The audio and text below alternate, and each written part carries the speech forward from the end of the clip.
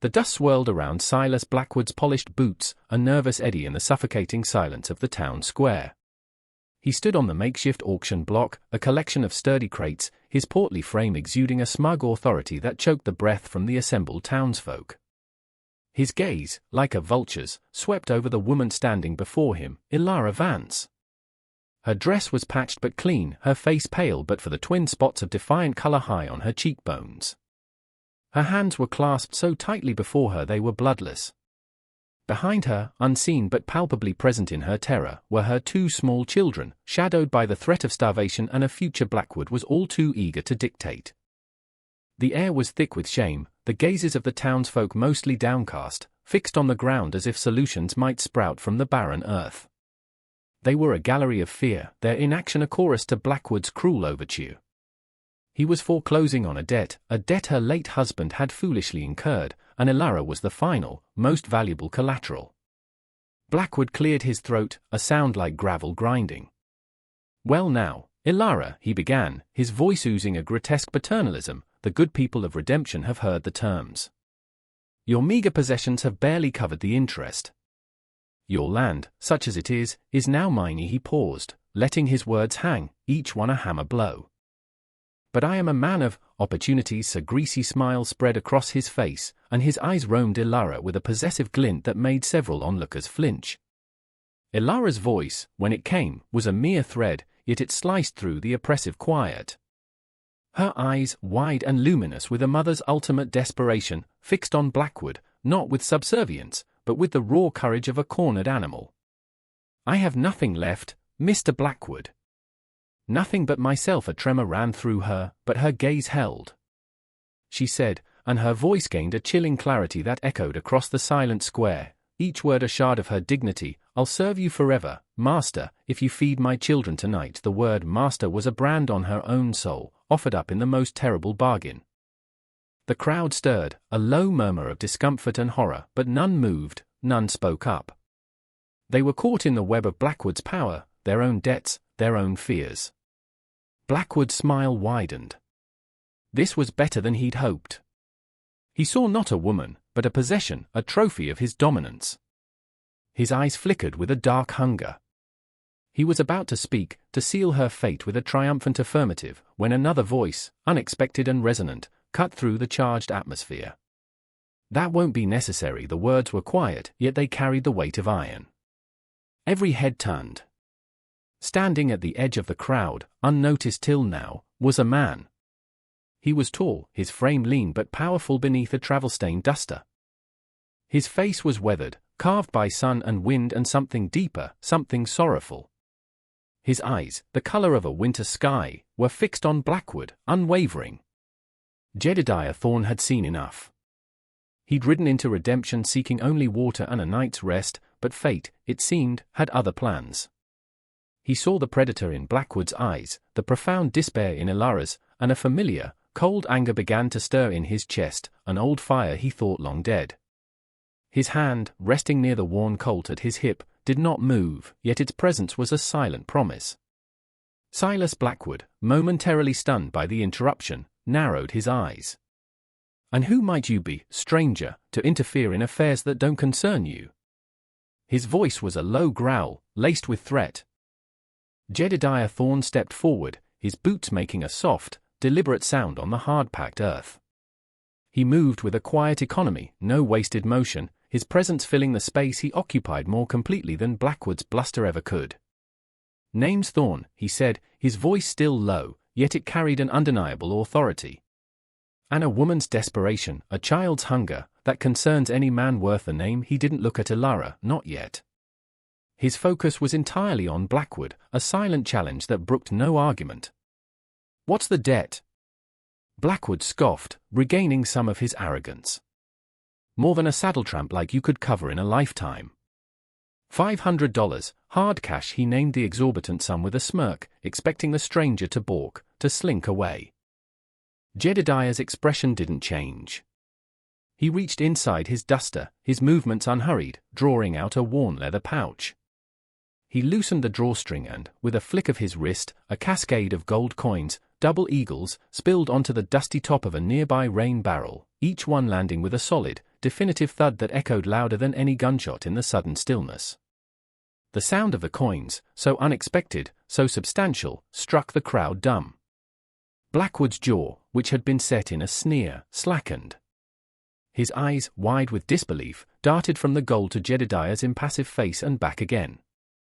"There's your 500, Jedediah stated, his gaze unwavering.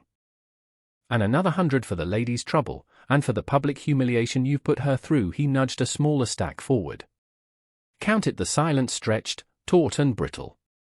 Blackwood, for the first time, looked uncertain. Greed warred with fury in his eyes. To refuse the gold now, in front of the entire town, would be to admit his motives were baser than mere debt collection. To accept it was to concede defeat to this quiet, formidable stranger. He licked his lips, his eyes darting to his two thuggish enforcers, who shifted uneasily under Jedediah's cool regard. They seemed far less imposing now. With a snarl, Blackwood gestured for one of his men. "Count it, you fools." While the coins were being tallied, Jedediah finally turned his gaze to Ilara.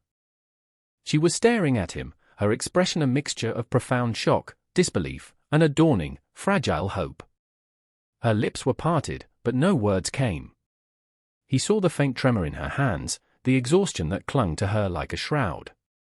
He gave a slight, almost imperceptible nod. He said, his voice softer now, "Seems your debt is paid." He scooped the 100 he'd set aside and pressed the coins into her trembling hand, his fingers briefly brushing hers. Her skin was cold. "This should see to your children." For a while Ilara finally found her voice, a whisper. Why would you do this?" Her eyes searched his, looking for a trick, a hidden price. Jedediah's gaze flickered, a shadow passing through their depths. "Let's just say I don't hold with bullies." He turned back as Blackwood, his face a mask of barely controlled rage, confirmed the count. "The debt is settled, Blackwood." "She's free of you." Blackwood snatched the pouch. "This ain't over, stranger," he hissed, his voice low and venomous. "Redemption ain't big enough for men who stick their noses where they ain't welcome." Jedediah met his glare. "Then maybe you should think about leaving." Without another word to Blackwood, Jedediah offered his arm to Ilara. "If you'll allow me, I'll see you and your children to somewhere safe. The hotel, perhaps? Get them something warm to eat." Ilara hesitated for only a moment, then, with a gratitude that shone through her fear, she took his arm. The townsfolk parted silently as they walked away, leaving Blackwood fuming, his victory turned to ash, his authority profoundly challenged. The quiet stranger had bought more than a debt. He'd bought a sliver of hope for a woman and her children, and in doing so, had sown the seeds of a storm that was far from over. He led her to the small, reasonably clean eatery attached to the general store, the scent of stew and fresh bread a welcome change from the dust and despair of the square.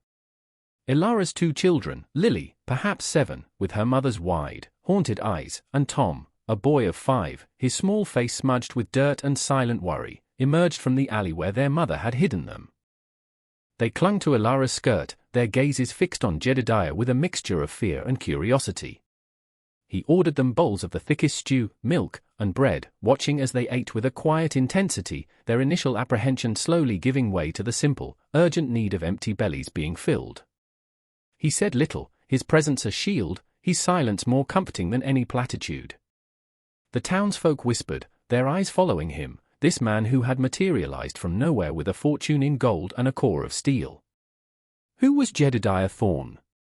And what storm had he truly brought to redemption? Silas Blackwood did not take defeat gracefully. Humiliation curdled into a venomous rage within him, a dark bile that promised retribution. He was a man accustomed to power, to bending others to his will through fear and economic strangulation. Jedediah Thorne's quiet defiance was an intolerable affront, a spark that threatened to ignite the tinder of resentment smoldering beneath the surface of redemption. Blackwood owned the saloon, the largest land holdings, and held the mortgages of half the businesses in town, including the timid Sheriff Miller's small ranch. His influence was a suffocating blanket. He began by spreading whispers, poisonous insinuations about Thorne.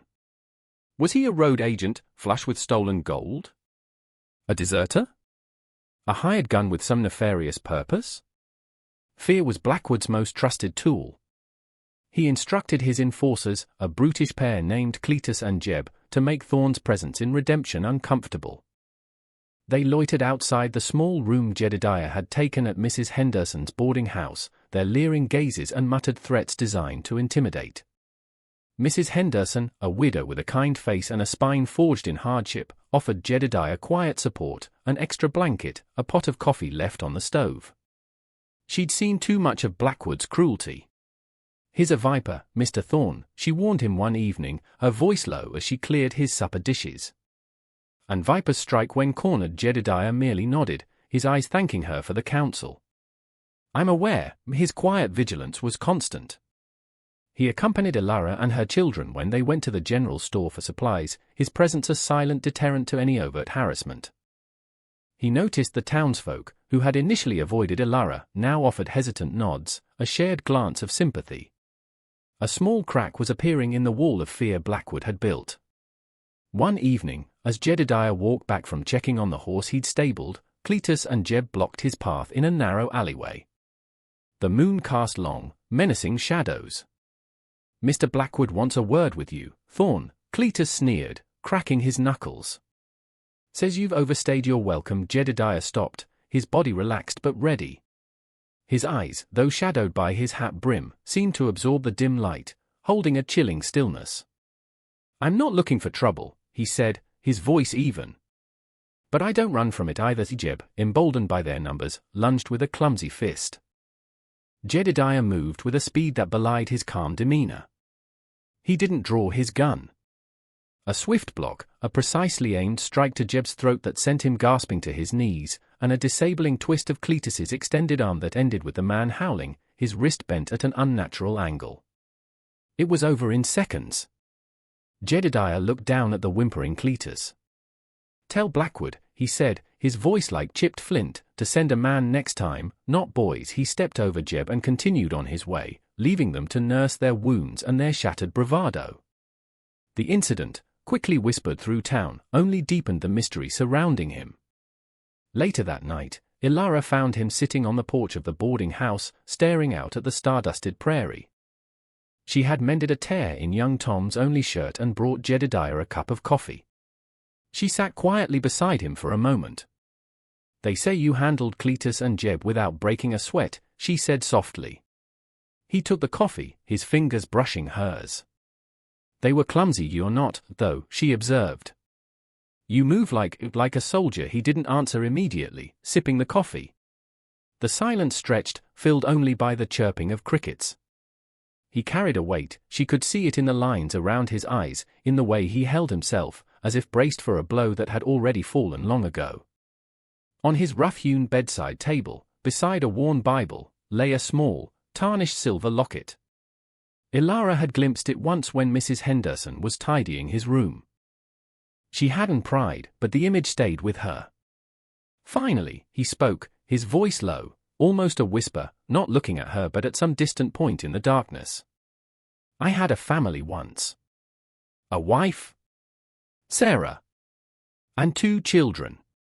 A girl, Martha, and a boy, little Caleb." His voice caught, just for an instant, a raw edge of pain exposed. "Fever took them. Swept through our valley like a wildfire. There was a man, a charlatan, selling promises of a cure. Took our money, gave us nothing but false hope. By the time we knew better, it was too late." He paused, the silence heavy with unspoken grief. "I stood by. Watched them fade. I didn't fight hard enough for them, not against the sickness, not against the lies." His hand clenched unconsciously around the coffee cup, the knuckles white. The air grew cold around them, despite the mild night. "I wasn't there to protect them when it mattered most. I see their faces." He trailed off, the admission hanging raw and exposed in the night air. Elara's heart ached for him. She saw it then, the source of his quiet strength, his fierce protectiveness. It wasn't just abstract morality, it was atonement. He was trying to silence the ghosts of his past by saving her and her children from a different kind of predator. "You couldn't have known," she whispered, her voice thick with empathy. "You can't blame yourself for a sickness." Jedediah finally turned to look at her, his eyes filled with a profound, weary sadness that mirrored her own past losses. Maybe not for the sickness, but for not seeing the wolf in sheep's clothing sooner. For not standing up when a stand needed to be taken. Some things a man carries. He looked away again, towards the vast, indifferent darkness. Blackwood, he said, his voice regaining its steel, is the same kind of wolf. Thinks he can prey on the weak, take what he wants. His wrong. Ilara reached out, her hand gently covering his. A simple touch, conveying understanding, shared sorrow, and a budding, fierce loyalty. You're not alone in this fight, Jedediah. He looked at her hand on his, then into her eyes, and for the first time, a flicker of something other than pain and vigilance warmed his gaze. It was the faintest stirring of connection, a shared burden making the load a fraction lighter. The storm Blackwood was brewing was indeed coming, but Jedediah Thorne would not face it alone, and this time, he was determined the outcome would be different. Blackwood's fury, already a potent force, escalated into a dangerous obsession. The public humiliation, the physical trouncing of his men, and now the growing, quiet admiration some townsfolk held for Thorne, it was all a corrosive acid eating away at his authority. He would not be undone by a drifter and a penniless widow. He decided that direct, overwhelming force was the only language Thorne would understand. He sent riders to his outlying ranches, summoning the roughest hands on his payroll, men whose loyalty was bought with liquor and blood money. Redemption was about to learn who truly held the reins. Word of Blackwood's preparation spread like wildfire through the anxious town. Sheriff Miller, a man whose badge was more ornament than authority, wrung his hands and pleaded with Jedediah to leave. He's gathering a war party, Thorne. There's no standing against him. Take the woman and kids and ride out while you still can. It's for their sake. Jedediah listened patiently, his expression unreadable. And what about the next family Blackwood decides to ruin, Sheriff? Or the one after that, he asked quietly. Running only postpones the reckoning. Miller flushed, shame warring with his fear. He had no answer. Jedediah knew the confrontation was inevitable. He wasn't a man to seek violence, but the peace he craved seemed perpetually out of reach, always demanding a price he was weary of paying, yet always willing to meet. He found Ilara by the small creek behind the boarding house, where Lily and Tom were trying to catch minnows with a piece of string and a bent pin. Her face was etched with worry, but her hands were busy mending a shirt for Tom, a small, defiant act of normalcy in the face of impending chaos. He's coming for us, isn't he? She asked, not looking up from her needlework. Her voice was steady. Jedediah nodded. Tonight, I reckon. Or first light. He watched the children for a moment, their innocent play a stark contrast to the darkness gathering. I want you to take the children, Ilara. Mrs. Henderson has a root cellar, sturdy and hidden. You'll be safe there. Ilara finally looked up, her eyes meeting his, clear and resolute. And you, Jedediah? Where will you be? I'll be where he expects me to be, he said simply. Drawing his fire. No, she said, a new strength in her voice. We faced him once for our lives. We won't hide while you fight our battle alone. This is our home, what little of it there is. These are our children. If Blackwood wants them, he has to come through both of us. Jedediah saw the fierce determination in her eyes, the resilience he had recognized from the start, now fully ignited. She was no longer just a victim, she was a woman defending her own. He felt a profound respect and a painful echo of the partner he had lost. It'll be dangerous, Ilara. Living under Blackwood's shadow is dangerous, she countered. At least this way, we fight for a chance at something better. As dusk began to bleed across the sky, painting the clouds in hues of orange and blood red, Blackwood and his dozen riders thundered into the north end of Redemption's main street. They were a grim procession, armed with rifles and a palpable air of menace.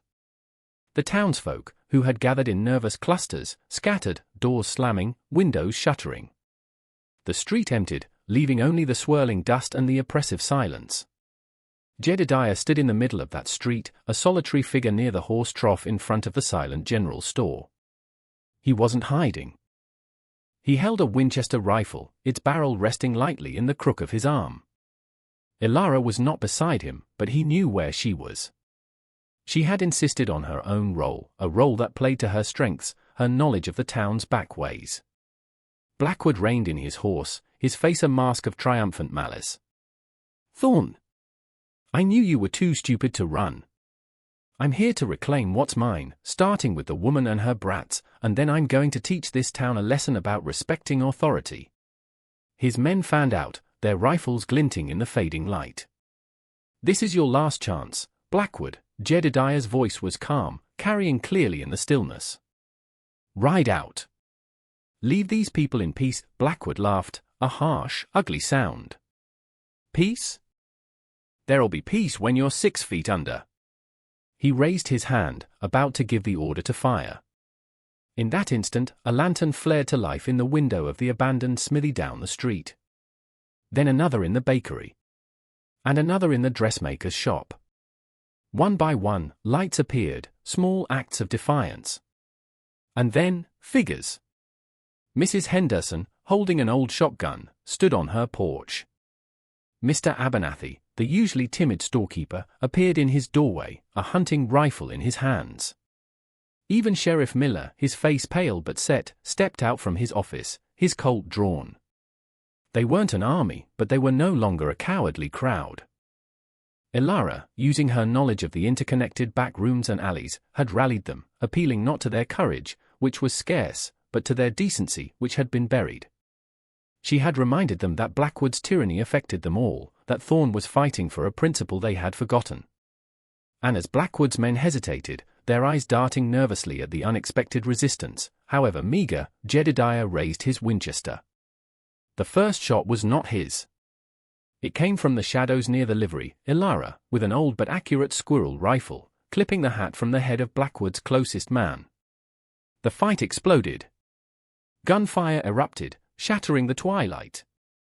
Jedediah moved with deadly precision, taking cover, returning fire, his shots aimed to disable, not to kill, but with lethal intent if pressed. He was a whirlwind of controlled violence, a stark contrast to the panicked, wild firing of Blackwood's men, who were now caught in a crossfire, however sporadic. Elara, moving from window to window, her shots carefully placed, created chaos and confusion among Blackwood's ranks. The townsfolk, emboldened by Jedediah's stand and Elara's courage, added their own sporadic fire, mostly inaccurate but adding to the din and the sense that Blackwood was no longer facing one man, but a community, however fractured. Blackwood, enraged and desperate, spurred his horse forward, firing wildly at Jedediah. A bullet tore through Jedediah's left arm, spinning him, but he stayed on his feet, his jaw tight with pain. He brought his rifle up, sighting down the barrel at the charging tyrant. His shot was true. Blackwood cried out, clutching his shoulder, his pistol falling from his grasp as he slumped forward, then tumbled from his horse into the dust. His remaining men, seeing their leader fall and facing a town that had finally found its voice, lost their nerve. Some threw down their weapons, others turned and fled into the gathering darkness. The gunfire sputtered and died. Silence descended, heavy and ringing. Jedediah stood, breathing heavily, his arm bleeding freely, the Winchester still ready. Elara rushed to his side, her face pale but her eyes blazing. "Jedediah, you're hit." The townsfolk slowly emerged, their initial fear replaced by a stunned disbelief, then a rising tide of elation. Sheriff Miller, his hand surprisingly steady, approached the groaning Blackwood and disarmed him fully. "Silas Blackwood," Miller said, his voice gaining a timbre of authority he hadn't possessed an hour before, "you're under arrest. For attempted murder, incitement to riot, hell, for just being you the spell was broken." The tyrant had fallen, not just to one man's bullet, but to the collective courage he had so long despised. The dust began to settle, carrying with it the acrid smell of gunpowder and the palpable weight of the battle's end. Jedediah leaned against the horse trough, the pain in his arm a dull, throbbing ache, but it was a grounding sensation, a reminder that he was alive, that they had prevailed. Elara, her hand surprisingly gentle but firm, was already tearing strips from her petticoat to staunch the bleeding. Her touch was professional, yet deeply personal. "We need to get this cleaned and bound properly," she said, her voice a mixture of concern and a newfound confidence. Lily and Tom, coaxed from their hiding place by Mrs. Henderson, ran to their mother, their small faces streaked with tears and dirt, but their eyes wide with relief as they saw her, and then Jedediah, alive. They hesitated before Jedediah, then young Tom, emboldened, reached out a small, grimy hand and touched Jedediah's good arm. "You saved us," he whispered, his voice full of awe. Jedediah looked down at the boy, a ghost of a smile touching his lips. He gently ruffled Tom's hair. "We saved each other, son." The townsfolk gathered around, no longer a fearful, scattered mob, but a community tentatively reborn. Mr. Abernathy clapped Jedediah on his good shoulder. "We owe you, Thorn. We owe you more than we can say." And Mrs. Henderson was already directing willing hands. "Someone fetch Doc Miller. And bring water, clean cloths." Sheriff Miller, his badge seeming to shine a little brighter in the dim light, hauled the wounded and cursing Silas Blackwood to his feet, assisted by 2 deputized citizens who now looked Blackwood in the eye without flinching. "Your reign's over, Silas," Miller stated, the words carrying the weight of a long-overdue justice. "Redemption's gonna breathe free for a change." Blackwood spat at his feet but said nothing, his face a contortion of pain and impotent fury. Later, after Doc Miller had cleaned and stitched Jedediah's arm, declaring it a clean wound that would heal well with rest, Jedediah found himself on Mrs. Henderson's porch once more. Elara sat beside him, nursing a cup of coffee he suspected was more for his benefit than hers. The children were asleep inside, safe and sound, their bellies full, their nightmares, perhaps for the first time in a long time, held at bay. The town was quiet, but it was a different kind of quiet now, not the silence of fear, but the peace of a storm past, of a burden lifted. "They want you to stay, you know," Elara said softly, looking out at the street where lamps now burned with a more cheerful glow. Sheriff Miller said there might be a marshal's position opening up for the county. Or just a place. A place to be. Jedediah looked at his bandaged arm, then out at the town. He had ridden into Redemption a haunted man, seeking nothing but to pass through. He had found instead a reflection of his own past pain in Elara's plight, and in defending her, he had inadvertently defended himself from the ghosts that rode with him. He hadn't erased the sorrow of Sarah, Martha, and Caleb, but he had honored their memory in a way that soothed a small part of that old, aching wound. He had stood when it mattered, protected those who needed it, and in doing so, had found a measure of, not forgiveness, perhaps, but acceptance. "Redemption. What about you, Elara?" he asked, his voice quiet. "What will you do now?" She smiled, a genuine, hopeful smile that lit up her face. "Raise my children. Rebuild our lives. Thanks to you, we have a chance." A real chance. She paused, then met his gaze directly. "We'd like it if you stayed, Jedediah. Lily and Tom, they've taken a shine to you."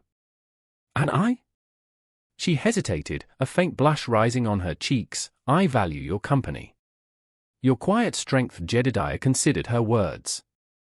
The open road had been his only companion for so long, his grief a solitary burden. But here, in this small, dusty town that had found its courage, with this resilient woman and her bright-eyed children, there was a different path. A path that might lead not away from pain, but towards a new kind of peace, a shared future. He thought of the empty chair at his campfire, the solitary meals, the nights filled with memories. Perhaps it was time to build something new, instead of just running from the ruins of the old. He looked at Elara, at the hope in her eyes, a reflection of a nascent hope in his own. "Maybe," he said, the single word carrying a world of possibility. "Maybe a man can find a place to rest his hat after all." He still had a long road to true peace, but for the first time in years, Jedediah Thorn felt like he might not have to walk it alone. The night was calm, the stars bright above Redemption. A tyrant was caged, a community was healing, and a stoic protector had found a flicker of solace, a chance to nurture life instead of just mourning its loss. The debt paid in the town square was not the only one settled. The greatest debt, the one to his own spirit, was finally on its way to being reconciled. If you were Jedediah, having faced your past and found a chance at a new beginning, what choice would you make? Would you stay in Redemption, or would the call of the open road, the habit of solitude, prove too strong? Tell me in the comments below what you believe true redemption means. And if this story of courage and second chances moved you, make sure to like this video, subscribe to our channel for more tales of the West, and click the notification bell so you don't miss our next story.